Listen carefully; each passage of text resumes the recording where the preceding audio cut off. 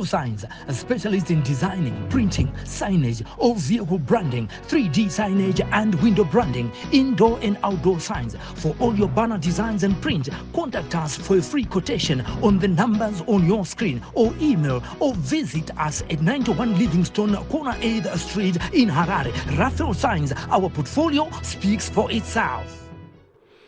Tinokuchingamidzai pano pa Sly Media TV. Zita ndinonzi Simbi yebasa kana kuti Sylvester Tapfumane tauya zvekare pa chirongwa chatinokupai musi wechipiri wega wega ne musi wechina wega wega. Chirongwa chinonzi ngatidzifambirei. Tinoreveiko kuti ngatidzifambirei idare ratinoita nemajournalist epano pa Sly Media TV vanenge vafambira nyaya dzakasiyana siyana pavanenge vachinodzitapa, toongorora kuti ndeipi nyaya yatingakurukura nezvayo kuti tiwane chidzidzo kubva panyaya iyi, kuitira kuti vamwewo vasazopindana nezvatinenge takurukura uyewo mazano tichawana kubva kwamuri. Ndosaka titotaura kuti aiwa ngatidzifambire, tiri kureva isusu nemi kana kuti imimi nesu tidzifambire.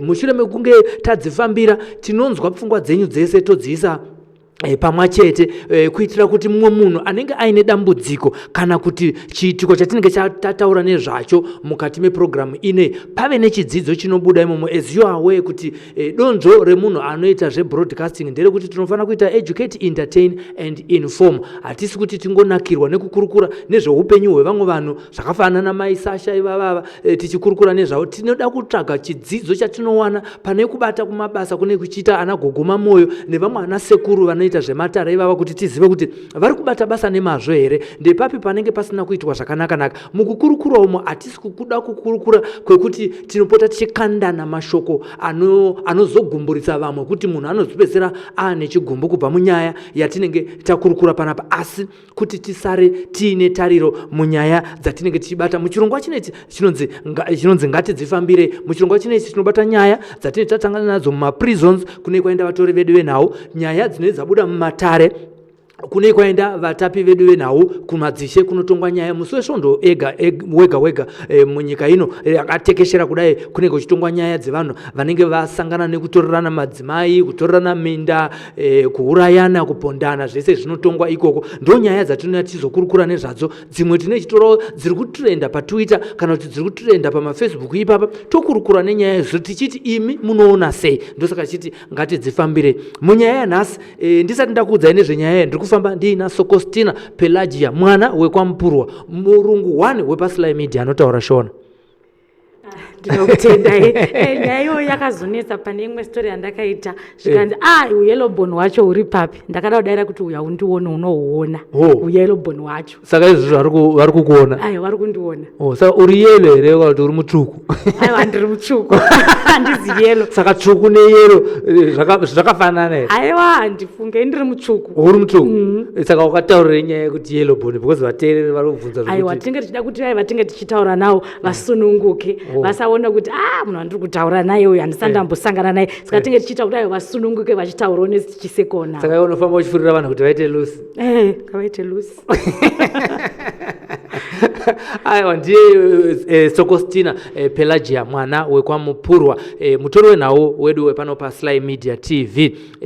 Nhasi uno takatarisana nenyaya yaakatamba. Tinoda kutaura nezvemusikana anonzi Pauline Maganga. Musikana uyu akatengesa mwana wake 25,000 rands ari kuSouth Africa. Iye zvinezvi ari kupika, akapiwa makore anokwana kuita 10 ari paHarare Central, ndo paakasangana naPelagia. Tinoda kuti tinzwe hurukuro yaakaita naPelagia, tinzwisise kuti zvakafamba sei kuti azosvika pakutengesa mwana, uye amutengesa chii chakazoitika chakazoita kuti iye azopedzisira asvika pamapurisa epaHarare Central. Nenyaya yake iyo paakazviita handover kumapurisa. Haisiyo nyaya chete tisati tapinda mairi. Toda kukurukura zvekare nenyaya yaAmaitino. Amaitino vane murume wavo, vaine mhuri yavo. Asi murume wavo akatorwa nemusikana anonzi Belinda, watingati Small House. Achibva anogara nemurume uya, murume ndobva asiya baba Tino ndobva asiya imba yavo. Mukadzi ndobva azoenda kun'anga kwasekuru kwasekuru nehoreka kuti anopuwa rukawo zvakafanana nenyaya yakaitika kwagogo mamoyo ndo zvimwe chete zvakaitika pa akanopuwa rukawo asi rukawo rwaakapuwa rwakasiyana. Rukawo urwu nderwekuti mukadzi uyu akanga amutorera murume wake atevere kasingaperi. Mukadzi akatanga kufamba achitsvaga rubatsiro haana kuruwana kusvika azosvika kwaApostle Miracle Paul akanzi dzokera kune mukadzi wawakatorera murume ndo kune nyaya yako ndo kwainonoperera. Zvizhinji muchazvinzwa kana takukupai insert iyo. Asi pari zvinezvi regai tinzwe Pauline Maganga achikurukura nyaya yake inosuwisa. Toda kunzwa pfungwa dzenyu kuti imi munoti kudi. Nhasi uno technical department yatipa mukana wokuti munokwanisa kutipa pfungwa dzenyu pa Facebook, pa YouTube, mukwanisa kutipawo zvekare pa WhatsApp pa namba dzichaiswa pa screen mushure mekunge tateerera kubva kuna Pauline Maganga. Ngatimunzwe yachitaura. Vanhu vaindibetsera neupfu nemafuta nesouti chitorarama ndichitengawo futi chikafu nemari yavaindipa kusvikira vabomwana vazodzoka. Pavakadzoka ndobva ndanozamawo kuita semukadzi ndichinyengerera kuti andidewo kusvika ndapona andichengetewo but haana kukwanisa kundiunderstand ende haana ndaiti ndikamufonera aindibloka namba dzake asingadi kuti dzifonerwe nenhamba dzangu. Ndakasvika pakumunyengerera netsamba chaidzo ndichinyora tsamba dzemapepa ndichitumisira kwaari but aikundikana kundipa 10 rand kuti ndikwanise kuchengetera. Ndakagara kubva ipapo yave pa6 months ndobva ndafunga kuti ndoita sei handisi kushanda handina basa masitenda handisumupa mari yake ini wacho handina chikafu ini wacho handitona kana nechekuti ndipfeke chaicho handitori. Ndakangobva kuZimbabwe ndakangotakura sechewo handisati ndakwanisa kutenga nhumbi dzekuti ndikwanise kupfeka inini. Vanhu vaindibetsera nehembe dzemabhero dzakawaridzwa zviya zvemadhiresi zvokuti ndikwanise kupfeka kuti dumbu rangu rinyatsogara.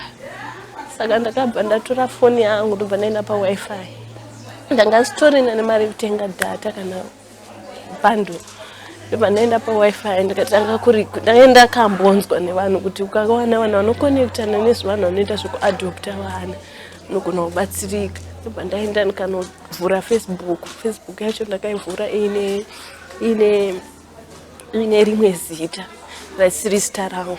Ndavhura Facebook iya ndobva ndaenda pagurupu rarakanzi adoption.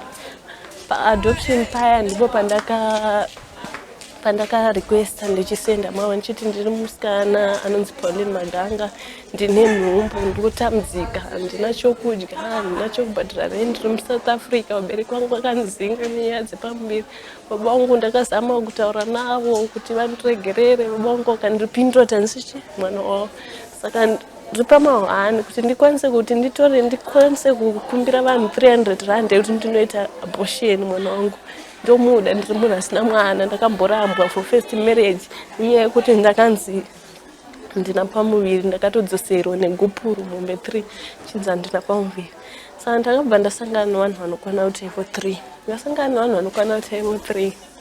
Vanhu vacho iye anonzi Janet Marie koita vamwe vaviri vasiri venyika ino yeZimbabwe.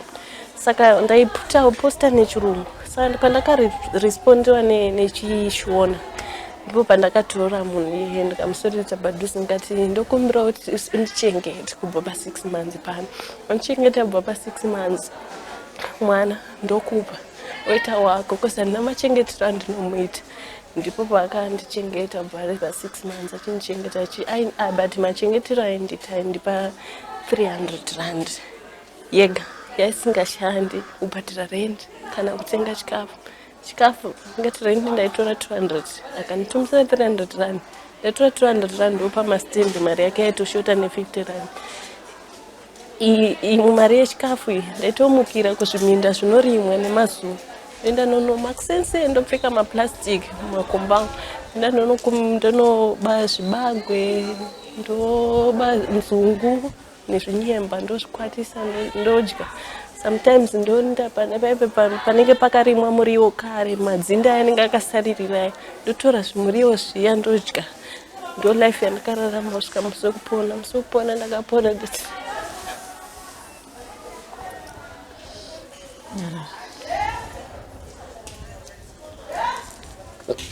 ndazofonerwa nchinzi munhu asungwa. After 5 months ndamupa mwana.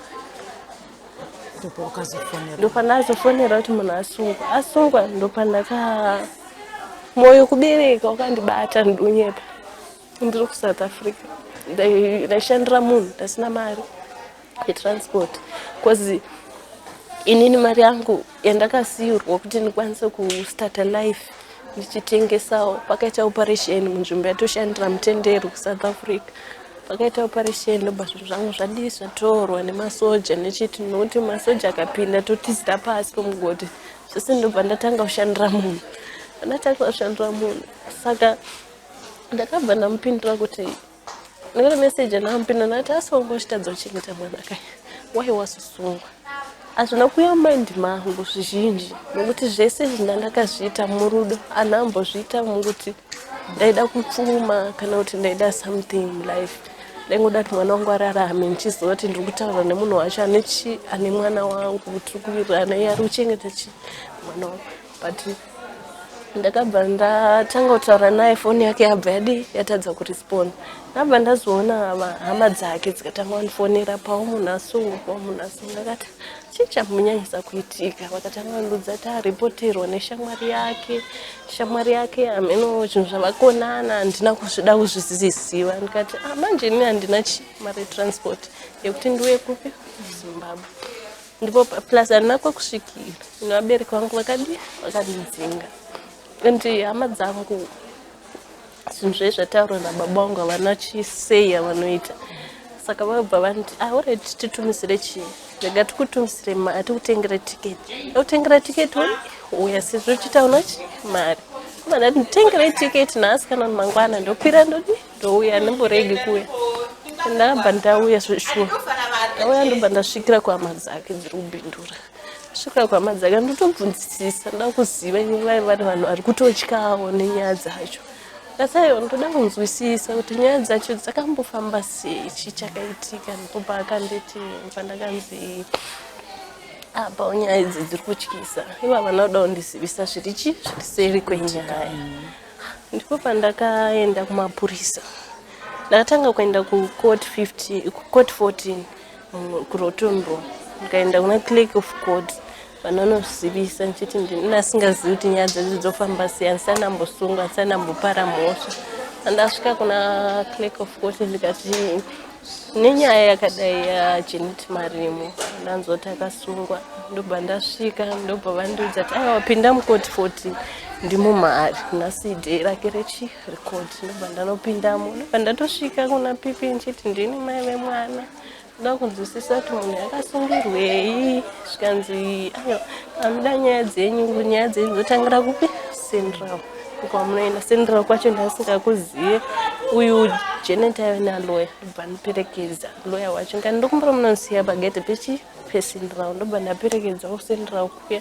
Pandanosvika kuCentral. Ndasvika kuCentral ndikatanga kuvaudza nyaya yangu. Ndichivataurira. Ndataurira ndikanzi novharirwa 24 hours. Wavharirwa 24 hours. Nozi haisi 24 hours. Ne madays matatu anotaurwa ndakanga mauta 48 chazi. Pandagara ndipo pandakazoiswa kunoko muna December. Ndikatambira Christmas muno ndikazo. Saka ine ndakangozoona kuti nyaya iyi beta nditaure chokwadi changu. Asi handinazokwanisa kutaura chokwadi chese sezvachiri mukoti. Ndaita zvokubvunzwa ndodaira. Asi zvinonetsa kuti munhu akasike kuzvinzwisisa situation yandandiyo. Ndiko kuti sinei ndakabva ndazoti ndiri muno mujeri. Ndakabva ndazosanganawo nemaprograms anodzidzisa. One ndakaita inonzi forgiveness. Ndakaidzidza kubva muna December. Ndobva ndazopuwa certificate. But ndiri pakudzidza ndakadzidziswa kuti wangu vabereki vako unoziva zvawakaita ivo vanozivawo. Saka wadiwa nyora tsamba yokuti ukwanise kunovakumbira regerero semwana. Yekuti vanhu inovasvitsa and for sure ndakanyora ikaenda. Ndakazopindura namai vangu nabamukuru nasisi. Vakandiudza kuti baba wako regerero ndatanga kuregerwa namubangu ndamuna mujera ndipo pandakazokwanisa kutaura chokwadi pamberi pedare ndichikumbira ruregerero nokuti uku ndakatadza but matadziro andakaita nyaya handina kuitira kuti mwana wangu ainde andipfumise kana kuti mwana wangu ainde anourawa kana kuti mwana wangu ainde anoshandiswa zvinhu zvisizvo nokuti one ngati handina mari yandakadya yese mari yandakashandisa ndaiita kuti ndirambe ndine mwana waisvika mukupona kuti ararame. vateereri ndo nyaya yaPauline Maganga vanhu vanomudaidza kuti Pau ari kupika makore anokwana kuita iwo 10 ari muchitirongo panove paHarare Central Prison paakapinda zvino uno haana nguva yakareba apinda imomo zvekuti munotoona kuti uniform yake ichiri itsva juzi rake richiri itsva zvinenge zvakazati zvatombowatywa nekuda kwokuti achangopinda achiri emotional nenyaya yaapindana nayo nyaya yekuve emotional haina kutanga izvinezvi upenyu hwake hunosiririsa ukada kunzwa kubva pekutanga kusvika nhasi uno asi toda kuti mutipe pfungwa dzenyu ndisati ndataura napela akanga ariko achita panhau iyoyo da kuti mutipe pfungwa dzenyu kuburikidza newhatsapp number inotiyo 00263 719325100 ndinodzokera zvakare namba iri pascreen 0026379325100 munokwanisa kutumira iri audio message muchikurukura nezvenyaya iyoyi nezveimwe yatichataura nayo yezvamaitino vakatorerwa murume wavo negirlfriend kana kuti nesmall house nekudaro iye zvine zvitoda kuti titaure naPelagia anove ndiye akanga aripo achitaura nemwanasikana uyu vari kuprison. Pelagia, mwana uyu akafamba nepakaoma tikada kuzvitarisa kubva makuriro ake tichitarisa kuti akamboroorwa futi akadzorerwa kumba kwavo baba vakamuramba nyaya dzese idzodzo mwana anokura zvakanaka. Ndinotenda mukoma Sly nenguva ino zveshuwa Pau Maganga upenyu hwake upenyu hwakararama upenyu hwakaoma iye Pau achitsanangura ndichitaura naye anotaura kuti first marriage chaiyo akanga atombotakura pamuviri asi pamuviri paipo kapinda mumachubhu. Pakupera kwazvo kwefirst marriage chaiyo akatopiwa gupuro remombe 3 kuti asakuzadzwa kuti vanhu ava pamwe pacho unonzwa munhu anopiwa gupuro $10 but gupuro remombe 3 parauza kuti havachatode nezvako osvika zvakare pakuzomboenda kuSouth Africa akutsvaga kurarama kwesoko ozoti wadzoka kumba osvika profile picture baba voti aiwa ndinoda profile picture but ndopaanotitsanangurira Pau achiti ndakatozoziva ndakuno kuZimbabwe kuti ndine pamuviri pane 1 month achitsanangura anotaura kuti ipapo ndopakaita kakunetsana nababa nekuda kweprofile picture baba vachindibvisa iyeone kuti ari kuti murume wangu ndaimuda waakanga achigara naye vanetsana nababa payadzingwa pamusha ndopaakapotera kwemunin'ina wake kumvuma kwaiti taishanda tichitengesa asi aiona futi kuti kuramba ndichigara nemunin'ina achitase hazvisi kuita rega ndidzokere zvakare kunyika yavatorwa kuSouth Africa asvika kuya achiregai ndinoudzawo murume wangu kuti shamwari zvakazoita ndane pamuviri murume uyu haana kuzvigamuchira Pau anotsanangura kuti murume uyu akangoti ndiri kudzoka ndokuenderatu upenyu hwaakazorarama achitsanangura ndifunga tanzwa paaudio upenyu hwakusvika pakuti angakuita zvekunhongerera saka upenyu hwakararamwa naPau mukoma Sly wanga wari upenyu hwakaoma. Ndinoona kuti chakadya vaviri chakazvimbira mumwe chete Pau neboyfriend yake kana waaibika naye mapoto vari kuSouth Africa pakuzonzi paane mwana mushure mekunge chakadya vaviri chazvimbira mumwe chete murume akabva adisapia muvhidhiyo painterview yawakaita Pau anotaura zvakare kuti mukomana aimuchengeta handiti Pau anotsanangura kuti inini mukomana uyu ndaimuitira zvese pane paanozotaura achiti kana mai vangu chaivo havana kudya mari seyakadyiwa unenge uchiti waonawo mudiwa wako ende pamwe pacho kazhinji vakadzi unenge uchiti zvinhu zvichanaka vakadzi vanoshingirira ka saaishingirira kuti aiwa hongu murume wangu ari kurwara, hongu haana mari asi ndinoshingirira naye kuitira kuti kana mangwana zvanaka tinge tiri pamwe chete, asi murumewo zvanakawo hatina kuzomuonawo akavhatisa. Apa chimwe chaita kuti ashingirire yakanga iri nyaya yekuti first marriage yakafeila futi. Chaita kuti ashingirire kuti anga kuda imba yake ende mukatarira achitaura nyaya yake Pau even pakuziva kuti ane pamuviri, hongu pamuviri pakauya hapo asina kuwanana nemurume wake, asi uchiona achitaura aipada pamuviri pake, aida kuti imba yake nemurume uyu ingo imba inosimuka inomira avaone imba yake nekuti yekutanga yanga yatoparara. Akabva adzorerwa nemombe negupuro rangataura kuti akadzorerwa nemombe 3 asi ndambozvinzwe. Aiwa vanenge vakatsamwa vanga vakusakuda, saka ndokutoona kuti achitaura Pau aida imba yake nemurume kuSouth Africa uyu. Aida imba yake kuSouth Africa asi munhu waaida akanga asingamude, iye ndiye aidanana nemurume wake asingadanani. Kazhinji kacho unoona mukoma Sly unenge anzi ndounondida ine handikude, unochidana nemunhu waunenge uchifunga kuti anokuda, nekuti handifunge kuti Pau aifunga kuti nezvese zvaangaitira murume wake pa6 months kumutaurira kuti ndine pamuviri aingofunga kuti aiwa chamugamuchira kuti yatese tigare, asi akatoshamisika. Totoona kuti aiwa pamwe murume uyu zvekugara nemunhu nekuroora munhu anogona kudanana newe asi pfungwa dzekuroora pasina. Saka zvakabuda pachino kuti pfungwa dzekuroora namukoma wadzanga dzisipo asi dzekungoitwa mujolo aiwa anotsanangura kuti taigara zvokuti iye anoyo kubva kumba kwake tosangana ini chibvawo kwangu nekuti asati agadzirisa nyaya dzekuroora asi pamuviri pakazinge pabata apo. Pamuviri pabata akaona zvekare matambudziko akasiyana-siyana. Ndapi matambudziko aungataurira vateereri sewo ndiwo akataura naye nguva yakareba kuprison? Pau achitsanangura anoti matambudziko akatanga kusangana nawo matambudziko ekushaya pekugara, mari yerenti, chekudya chaicho. Anoti ndakapedzisira ndakuenda kunonhonga ndichiba ndichikwatisa, kana mari yerenti chaiyo mukuku wake waakazotsvaga aitotambura kuti aiwane. Mukuku ndochi imba yemazenge, ndodzimba dzavanoti dzemazenge kuSouth Africa ikoko. Saka aitambura kana kutoti upenyu chekubata anga asina. Ndo pakauya pfungwa dziya dzekuti ndakambonzwa unonzwa vanhu vachingotaura ukaona paFacebook ndokunozosangana nemudzimai uyu kuzosvika panyaya yake yekutengesa kwemwana. Tiri pamatsvagiro akaita tingati ranga asina ruzivo rwokuti kune maproper channels ekuti mwana wake aadoptwe kana akanga asingakwanisi kumuchengeta.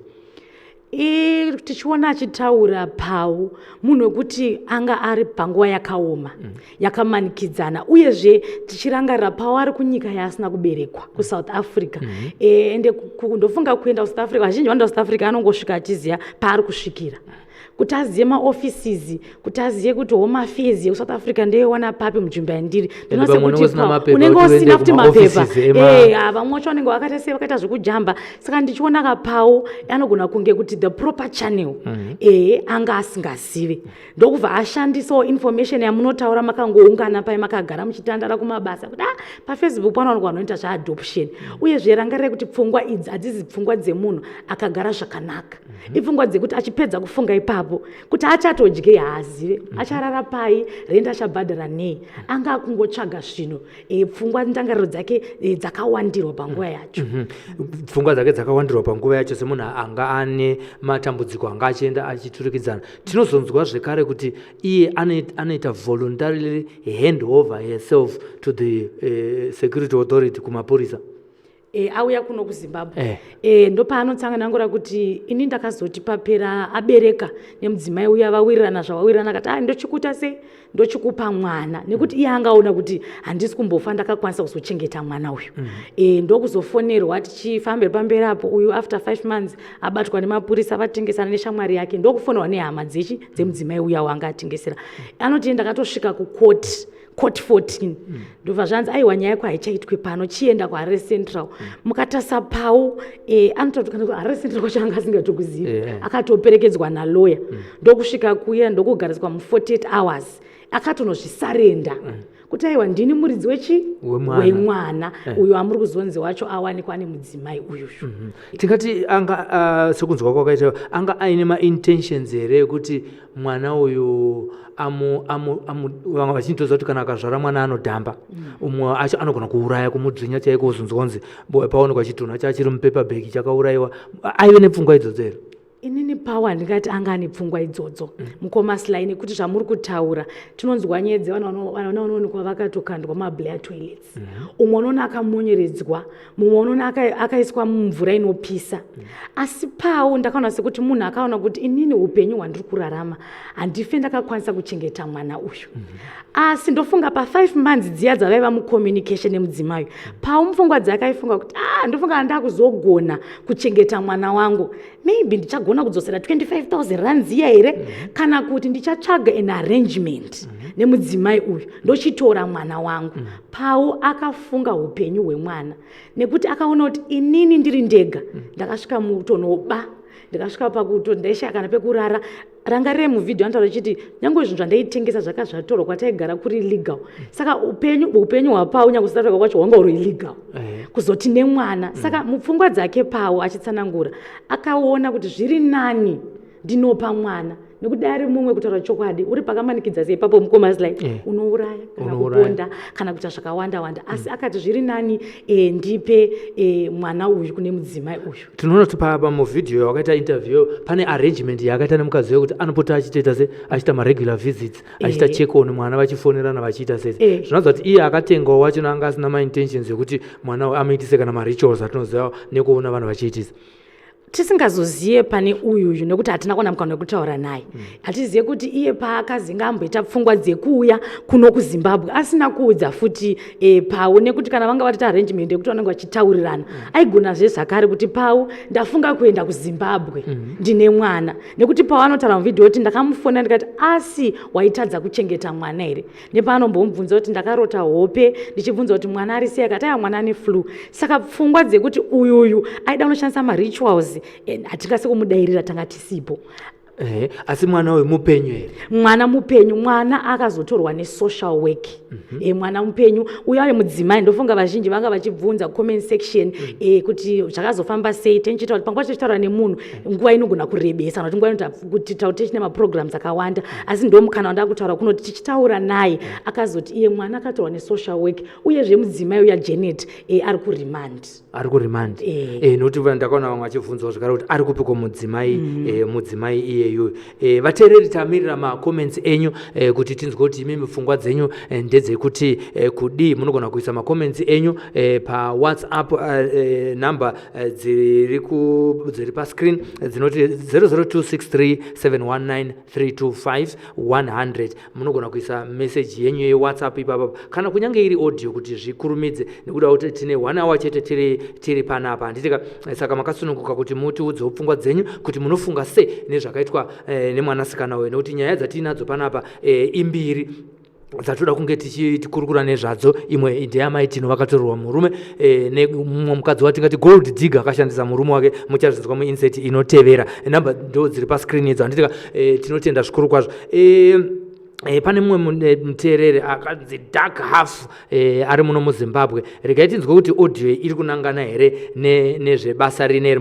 Muchandiregerera vateereri, nekuti maaudios aya inini ndinenge ndisina kuateerera, asi isu takutobva taaplaya tichinzwa kuti zvakamira sei.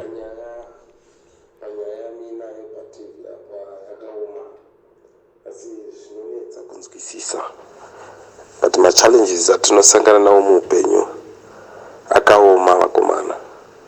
Saka ndinongoti hangu uyo mukadzi uyu she's 100% correct, nekuti chake chaida kusevha upenyu hwemunhu kwete kuuraya. Saka izvozvo zvega zvakakosha kuchengeta munhu kuti ararame. Tinotenda nekumiririra chokwadi chake. Nesu vana baba utsinye hwati wandei ngonakirwa nekumitisa vana vevanhu. Kana uchida bonde ngavaregere kumitisa. Aiwa nganzwirwe tsitsi musikana. Kana nemwana wacho futi inini ndinotoona sekuti kana vanga vakaurirana murudo hazvina chakamboipa kuti mwana iye araramire kuanganzi araramire. Zvina chakamboipa izvo. hanzizvo hazvina kana chakamboipa kuti vaite arrangement yavakaita iyoyo voice note ratatumirwa. Keep them short, achiuya muchitipa pfungwa dzenyu. Vanokwanisa kutaipa, mokwanisa kutaipa motitumira ari ma messages andika togona kutaura pfungwa dzenyu kuti tinzwe kuti zvakamira sei. Baba vari kutaura kuti isusuwo varume tinongofamba tichiita child spacing, ngokuti patasvika mukadzi ndomupa mwana, uyo ndomupa mwana, ndobva ndazochiregera kuvachengeta, asi ndofamba nchizviti ndiri murume. Ndofunga ipapo inyaya yekuti iri kuitika we've got masingle mothers akawanda, vanhu vakawanda vakachengetwa nanamai. Varume hamene kuti chii chinoitika kuti wamitisa munhu wako paungochita bonde rako usina kuridzivirira, unonyaziva kuti munhu achasara achita pamuviri, asi wobva watiza. Amai vanosara vachitambudzika. Vana mai havarase mwana, kana kuti ukazona vazozonzi pano unoona mudzimai achizonzi auraya, zvinhu zvakaoma, vanoshingirira nevana. Ndosaka Pauline akati kuti ndiuraye hazvikwanisi, rega hangu ndipe ari kugona kuchengeta mwana wacho. Baba vanga vatodisappear kubva musuya vakusatombowanika. Chinorwadza pamurume ndechekuti akachengetwa achirwara for 6 months. Achipuhwa mari pamusoro paizvozvo, mari yekunzi ndaingoti angove nemari yekuti ave munhu pane vanhu, kuti yekuti atenge grocery mumba, kuti aonekere, ngatimbomira ipapo aonekere, asi pekupedzisira anozomurasisa. Wongu mukoma Sly, madzimai mazhinji, madzimai kana achizonzi mudzimai kana achinge ada, anenge ada nemwoyo wese. Mudzimai anogona amunotadza kuzviona imi kuti zveshuwa pamba apa pari kutamburwa, mukadzi achikomberedza, nokuti mukadzi anenge achida imba yake.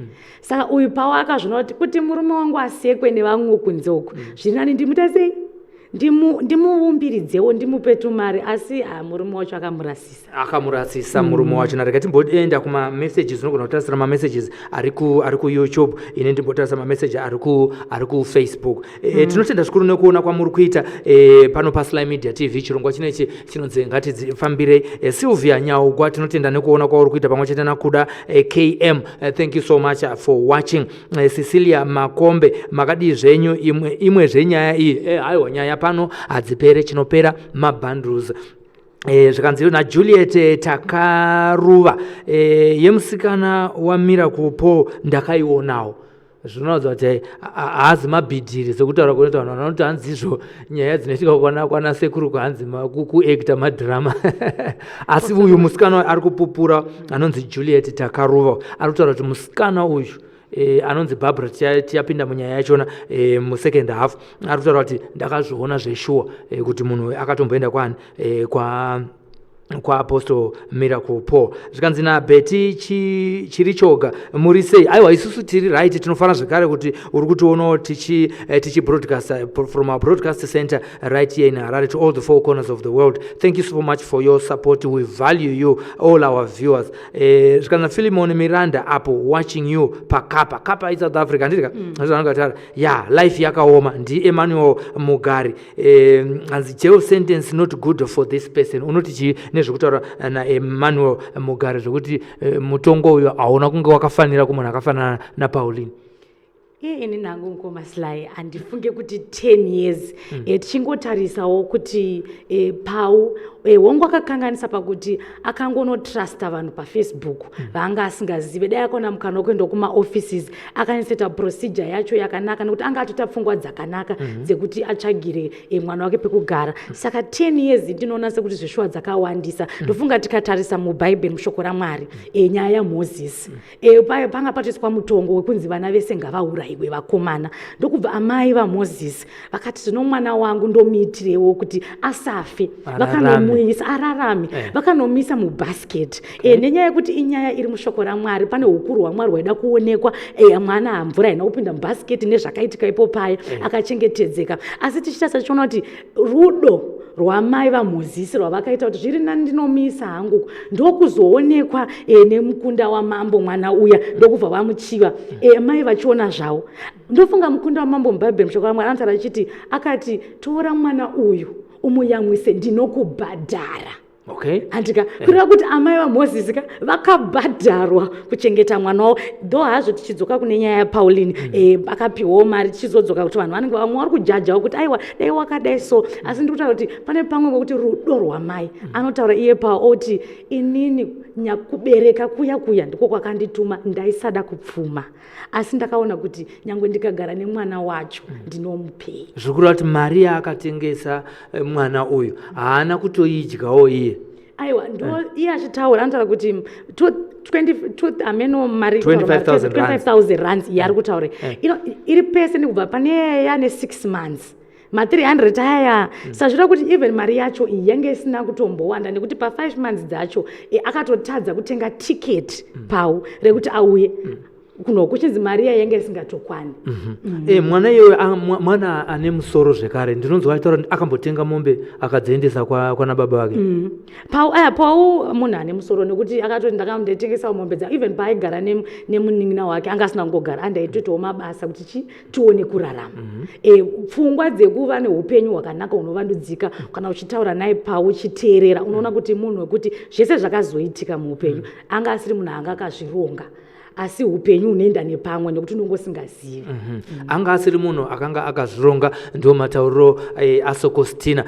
Toda kunzwawo pfungwa dzenyu kana muriko imimi maloya, maadvocate, masolicitor munokwanisa kunge muchibatsira mwana uyu. Tinoona sokuti kwaari iye anoona kuti hapana kuita fair hearing nekuti anoti ari mukoti haana kupuhwa mukana wokutaura zvese aggravating circumstances dzakazopedzera dzaita kuti agone kutengesa mwana wake kuti odare rigone kumunzwira tsitsi. Nyaya inenge yakatongwa nevanhu vakanga vane queue yenyaya kuti ngadzikurumidze kufamba lunch yakuda kukwana. Reka tiende kune vanhu vari kuona pana Faith Musakiwa, tinotenda uri kuona uri paSly Media, Daniel Fring Pong uri kuonawo zvekare, Gilbert Kandiado, Rutendo Rwashe Mafara, Jeff Nyoya, Tembelenkosi, Captain Magezi. Lawe usibona ungapi siyathaba ukuba lawe kulo msakazo oSly Media TV nangu omunye ngubani Brenda Mukomberanwa ari kuonawo zvekare Tawapo Biri, Faina Goreraza, Natalia Naftau, Ikaku Renika Instance, Deborah. Vanhu vari kuona vakawanda apa. Izvi zvasati tane macomments ari kuFacebook. Imwe iri kunzi muri sei veSly Media, ndiri kukuona ndiri kuSouth Africa. Tinotenda zvikuru. Uri kusaidi kupi kuSouth Africa? Kuri sei? Ndo kuSouth Africa ndo kwakatangirawo nyaya iyoyi yaPaulina Maganga ari kunziye Pau shortcut yakandika zvikanzi naTricia Sitole zvakaoma chokwadi. Nyaya yaPau inonzwisa tsitsi. Ndiri kuona tiri paSouth Africa Midrand. Thank you so much Shupi Masukume, you are also watching live on Sly Media TV. Pakami Pax Mazo, this woman is wrong. You cannot sell a child in any country. If this was purely to save the child, 25,000 yaakapiwa yanga yava yei. Kutengesa mwana is a crime all over the world. Ndio pfungwa ya Pakani Pax Mazo. Unotiwo kuti kune mamwe messages ari kubva ku YouTube channel. Aripo pana anonzi Amo 2873 ku YouTube. And the actions were born out of desperation and love for her child. If she didn't love that child, she would have dumped him or aborted the baby. Nekuti aiva nemukana Pau pa 2 months ziya kusvika pa 6 months aiva nemukana wokuti aite abort o nyangu azvara paya ovhara sa mwana, but sizviri kutaurwa neumwe apa wocomment yake zveshuwa umwe achitarisawo anotaura kuti azvibvumidzo kutengesa mwana dai asina kubvira agamuchira 25,000 iya akaita arrangement maybe yekuti chindichengeterawo mwana wangu kusvika ndakukwanisa kuzomutora asina kuzogamuchira mari nekuti kuzopanana mari uku kunenge kwakutoita sekutotengeserana yatova trade nekuti makapanana something transaction nyange zvake nhasi Pau akuti ndandisingade kutengesa asi wakapiwa kamari dai wakati aiwa mari handichatambire chindichengeteraiwo kana ndakugona kuzotora mwana wangu tozokumbira kutorawo mwana wangu. Reka tiverenge zvakare mameseji nekuti dare rineri harisi redu Pelagia, ndere vateereri vepaSly Media nevateeri veSly Media TV. Winnet Menyu, Pau ngapiwe mwana wake abudiswe mujeri, mhondi dzakazara kunze kwemajeri uku. Ari kutaura kuti endai munosunga vamwe vanhu kwete kuzadza majeri nevanhu vasina mhosva. Pakami Parks mazuva adzoka zvakare, she made money out of a baby.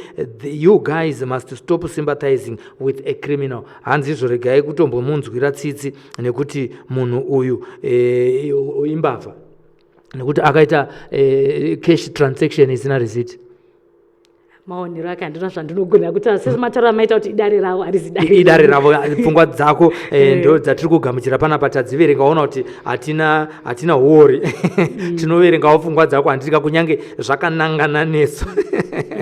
Bernadette Voluka, munhu akatengesa nekuda haabvunze kuti mwana akadii sematauriro ari kuita, kureva kuti aidawo better life yemwana kumwana wake. Chero ari mujeri ari kukumbirawo futi kuona mwana wake she deserve a second chance. Ndo comment iri kubva kuna Bernadette Voluka. And I believe so. She deserves a second chance. Anditika Mavelo Maera veduwe vamwe tinotovatsvaka vana ava kutengesa mwana yo zvikanzina Viki Mahando, she did out of good faith veduwe aive panguva yakaoma. Tipe mamwe mameseji ariko ku YouTube channel tichitarisa mamwe messages atinawo zvekare panapo. Alright, ku YouTube kuna Joel Pande 1272. Our families should be the last to reject us. When everyone else has rejected us, her family failed her. Mama ari kutiwo chi mamessages pfuurira mberi ndichiwana tsvaka nchita tsvakurudzo kunoku kune mamwe meseji ari kuuyawo. Mumwe ari pano ati iye tiverenge ndabuda musodzi mwoyo wangu warwadziwa shuwa Mwari pindirai shuwa hama iyi isunungurwe shuwa achireva iye musikana wedu uyu. Umwe wabva mwana uyu akashaya loya chairo rinokwanisa kumurepresenta. What a sad life, heartbreaking. Umwe wabva ati kana wabuda imbonofamba kune vanobatsira nekuti ndaona baba vako vari kushandisa nasisi vako chikwambo chaicho. Pane nyaya yekuti baba vake vairamba kuti sisi vacho vatambire mari yasisi vacho vachida kuroorwa, zviri muvhidhiyo iyoyo sisi vaPau. Ndofunga ndopari kutora uyu muteereri wedu kuti dai vambofamba nekuti ndakamubvunza Pau ndikati nhai Pau iwewo uchiona kuti baba inyaya yeprofile picture chete here yawakatadza kubvisa kana kuti baba pamwe vanga vachiri nenyaya yavo yegupuro kuti iwe wakabva kuunzirwa gupuro wakutanga futi zvimwe zvavamwe varume asi Pau anoti handifunge kuti baba vanga vachiri nenyaya yavo yegupuro here. Yanga ingori nhau yekuti baba vakadzimara vangoti pana haridyiwe rinopisa zveshuwa. Handiti baba vakanga vati haridyiwe rinopisa pano pamba haridyiwe zveshuwa. Nekudaro ndopfungwa apuwa advice yekuti kana achinge azobuda after 10 years anogona kuzonotsvagawo kuti angafambe sei. Imwe nyaya yandatumirwa message panapa naEphraim Ngoma ari kuti was following your audio with the Temba of South Africa. I don't agree with him.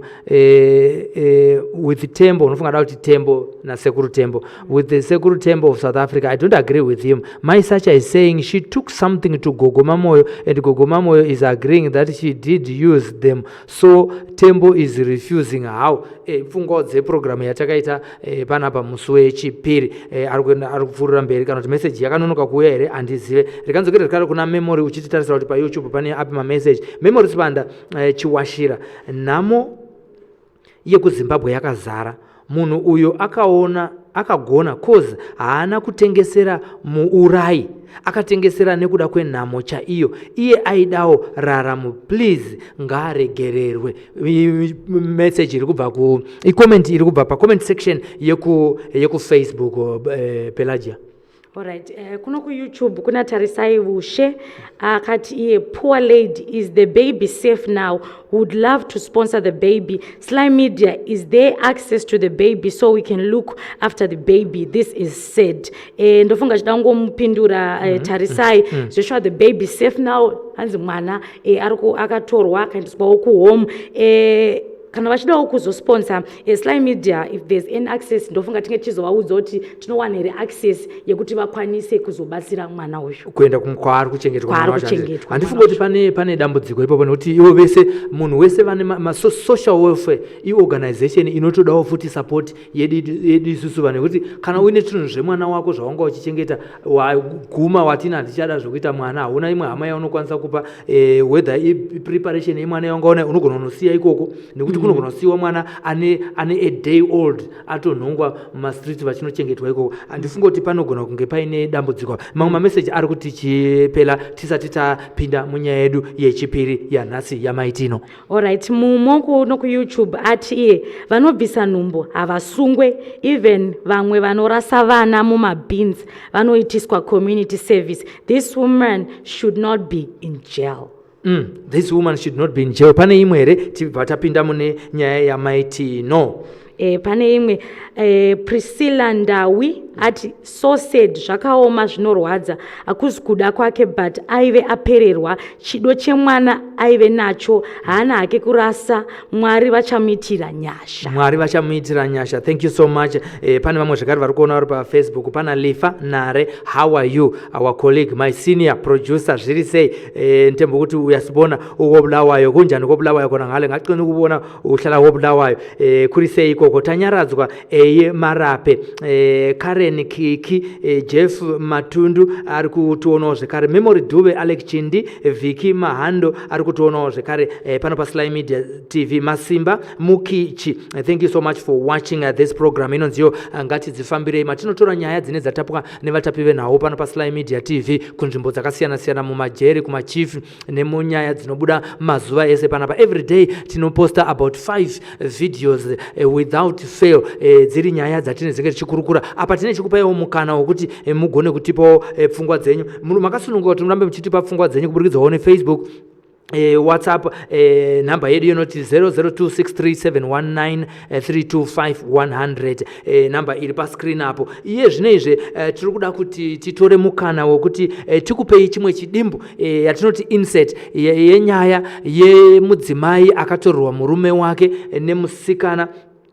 anonzi Barbara akatorwa murume achibva anogarawo kundobva atanga kuneglecta vana, aneglecta vana.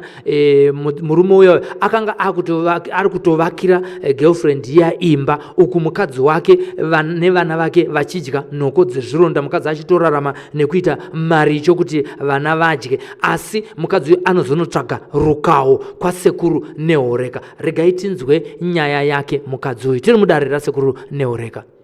Fasho tate guru wakamborona here riri kuitika ino kwete chiremba yakani waro wakadiko mpwere hanzi wakadii mwanangu kazwai wapwere hanzi kwazwai wanangu nemakaiko musina kupembera ini ko makanei musina kupembera madzodzo seguru nemakaiko asiri kupembera vana hanzi makanei ko musina mufaro. Tate guru wari kuona kuti aiwa musi kufara nekupembera. Yei madzudze ega ravakawadzuka hanzi makawadzuka imi zvikavakanudza zvikarovesa chipfuva zviri kukukanutsai, zviri kurovesai hana dzenyu. chokwadi ichocho Nemo tate guru muchinda iwe muchinda iwe waisa uso pasi raisa ngazi mukati mengazi yako hanzi waisa uso pasi nemakani chikonzero maka chikonzero chawaisira uso pasi zvaisa nyadzi zvaisa nyadzi mukati meuso wekwako.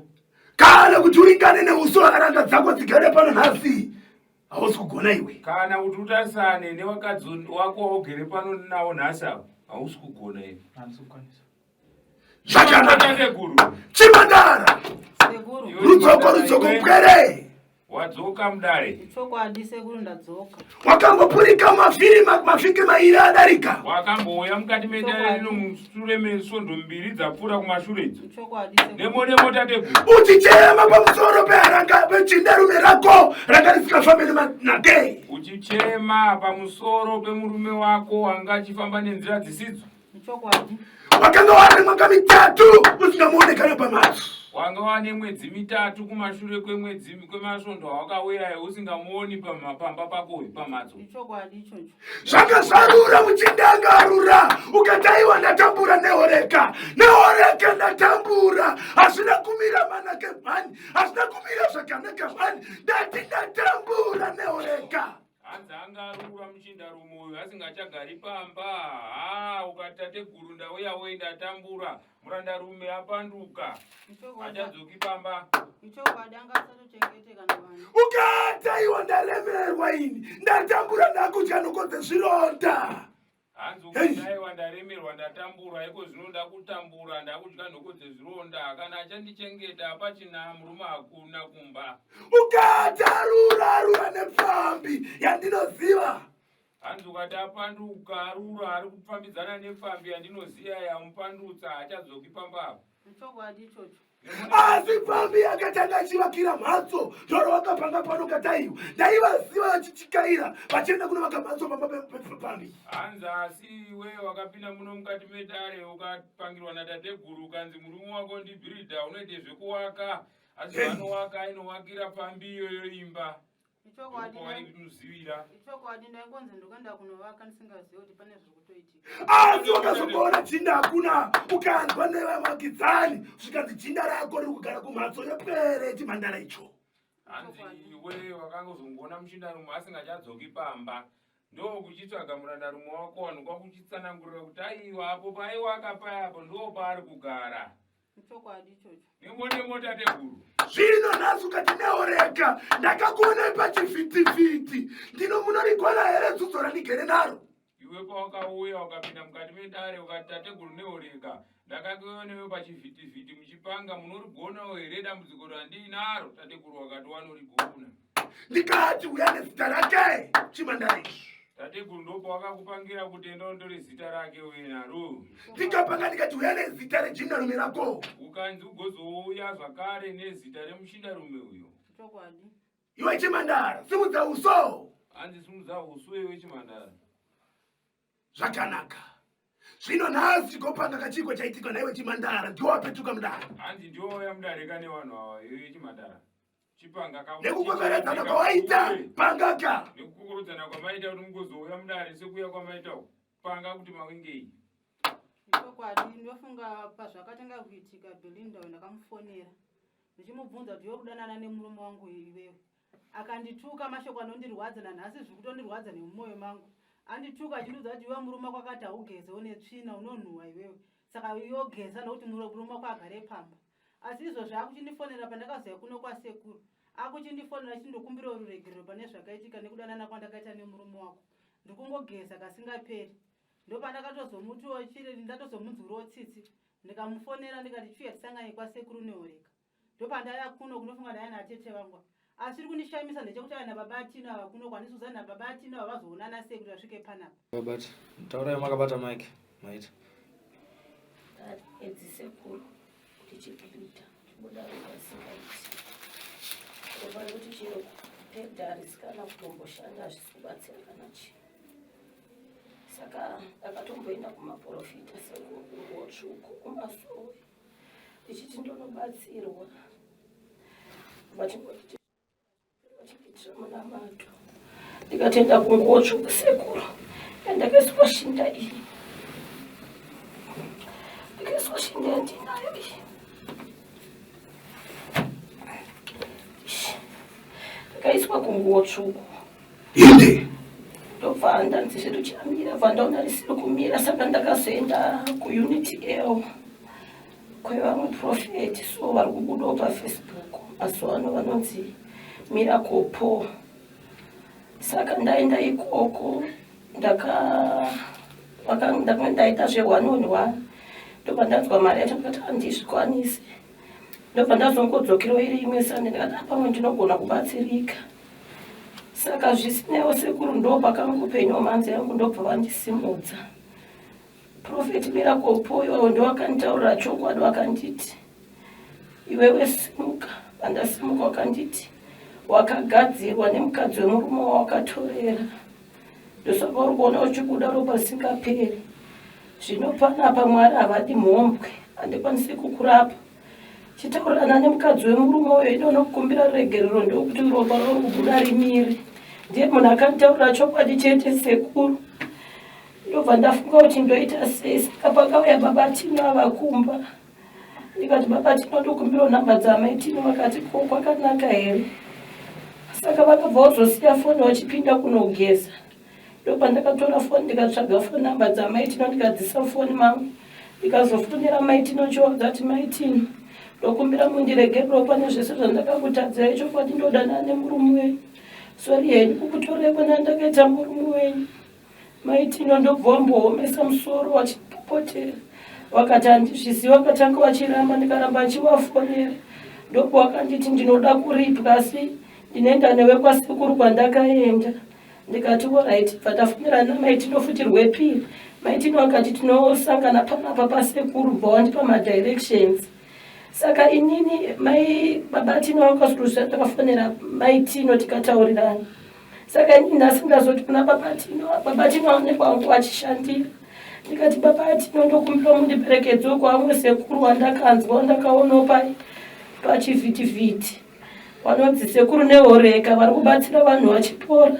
Ndoda kuti ndonobatsirwa nokuti baba Tino dambudziko wangu achiriziva pangu vari kuuya kumba hatina zvatichakwanisa kuita nekurwara kwandiri kuita sekuru. Saka baba Tino wabva watichirega ndisiye basa ndiuye. Zvechokwadi wauya wakanditora tikauya pano pandapuwa madirections namai Tino tikauya. Baba Tino watoshamsika tichiona mai Tino vari pano. Yes!